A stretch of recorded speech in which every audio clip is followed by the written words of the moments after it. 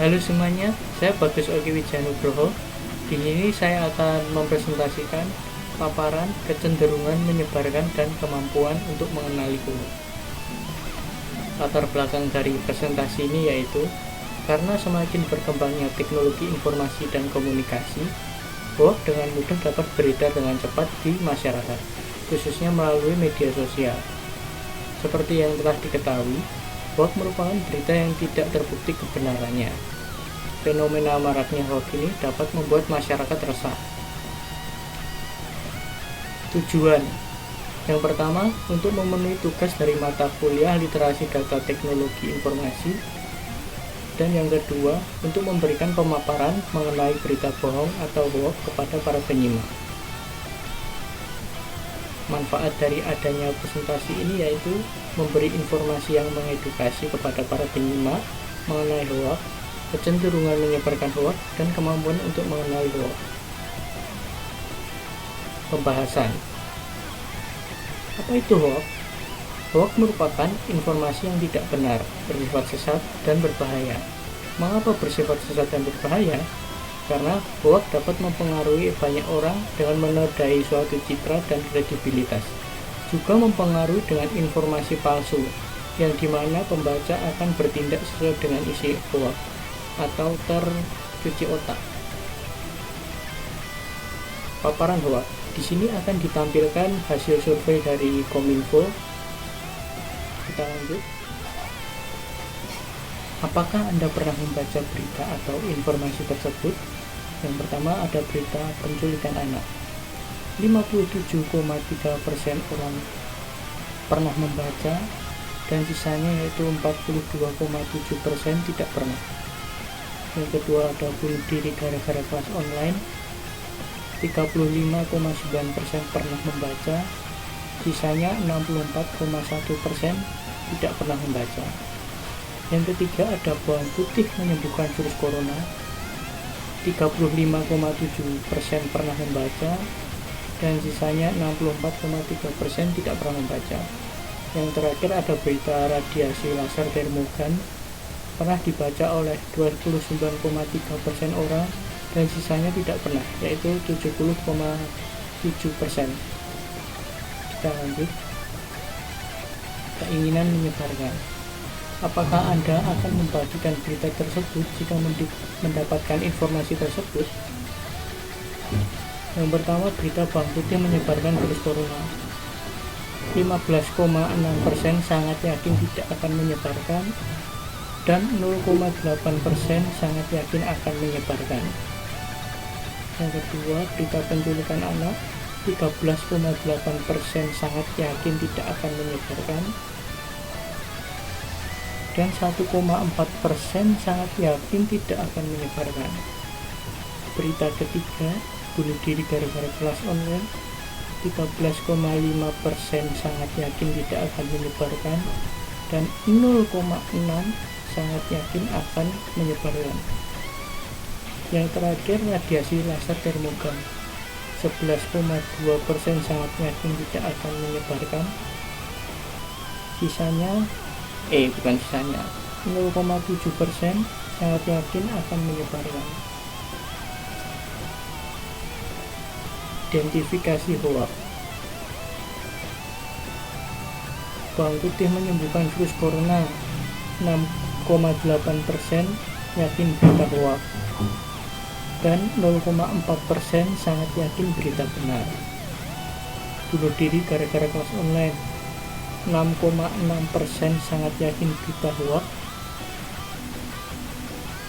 0,8% sangat yakin berita benar. Yang ketiga, penculikan anak. 6,3% sangat yakin berita hoax, 1,3% sangat yakin berita benar. Radiasi laser termogan. 3,7% sangat yakin berita hoax, dan 0,9% sangat yakin berita benar. Pengalaman menyebarkan hoax. Dari hasil survei didapat 11,2% pernah menyebarkan dengan alasan hanya meneruskan berita yang tersebar, jadi tidak tahu benar atau salahnya. sebesar 68,4%. Yang kedua ada tidak tahu bahwa berita tersebut tidak benar sebesar 56,1%. Yang ketiga tidak tahu sumber berita secara jelas sebesar 13,9%. Yang keempat hanya sekedar iseng sebesar 9,1%. Dan yang terakhir untuk mempengaruhi orang lain sebesar 2,7%. Untungnya yang paling terakhir ini sangat kecil. Konten yang mengandung hoax. Dari konten berikut ini, manakah yang biasanya Anda temui mengandung isu hoax atau berita bohong? Saya ambil yang politik ini. Memang secara kehidupan banyak sekali judul berita provokasi dalam konten politik ini. Biasanya tersebar melalui Facebook sebesar 71,9%.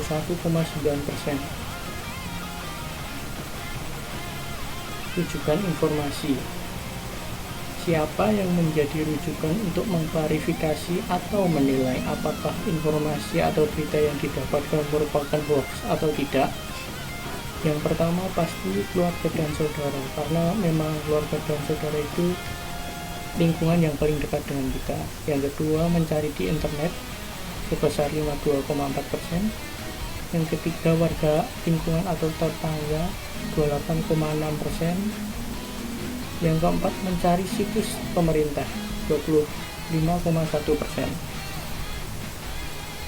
Ketua RT atau RW 12,8%. Teman kantor 11%. Teman alumni 9,3%. Tokoh agama 7,3%, tokoh pemuda 3,4%, dibiarkan atau tidak mencari rujukan 2,1%. Ini sifat bodoh amat ya. Yang ketiga, teman sekolah atau kuliah 0,6%, dari TV 0,5%, dan yang lainnya 0,2%. Kita lanjut. Lembaga atau aktor yang berperan mencegah penyebaran hoax. Manakah dari lembaga atau aktor berikut yang harus bertindak untuk menghentikan penyebaran hoax? Yang pertama ada Kementerian Komunikasi dan Informatika atau Kominfo sebesar 54,8%. Yang kedua, semua warga negara termasuk kita sendiri 45%. Yang ketiga ada TNI Polri 44,7%. Keempat, manajemen pers dan penyiaran 22,7%. Perusahaan platform jejaring online 20,1%. Presiden sebesar 15,5%. Jurnalis 14,6%. Ketua RT atau RW, tokoh masyarakat lokal 14,1%. Badan Intelijen Negara 11,6%. Pemimpin agama 9,3%, dan yang terakhir tidak tahu 1,7%. Berikut ini saya paparkan cara mengidentifikasi hoax. Yang pertama, memeriksa kembali situs dan kualitas daripada artikel tersebut.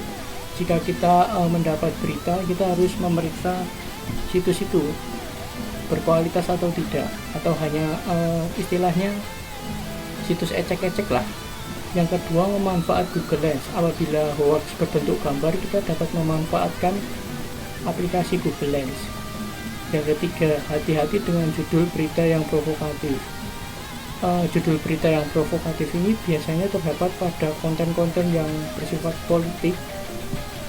Yang keempat, lihat apakah berita atau artikel juga diposting oleh media televisi atau media yang terverifikasi lainnya. Jika tidak diposting oleh media tersebut, berarti dapat dipastikan berita tersebut hoax. Kesimpulan yang dapat kita ambil dari presentasi ini yaitu teknologi memang berkembang begitu pesat. Informasi dengan mudah dapat kita peroleh. Hal ini berdampak pada mudahnya mendapatkan informasi. Ditambah lagi dengan semakin banyaknya pengguna internet, menjadikan berita hoax semakin mudah untuk menyebar. Saya kira sekian presentasi dari saya, semoga dapat bermanfaat bagi penyimak. Terima kasih.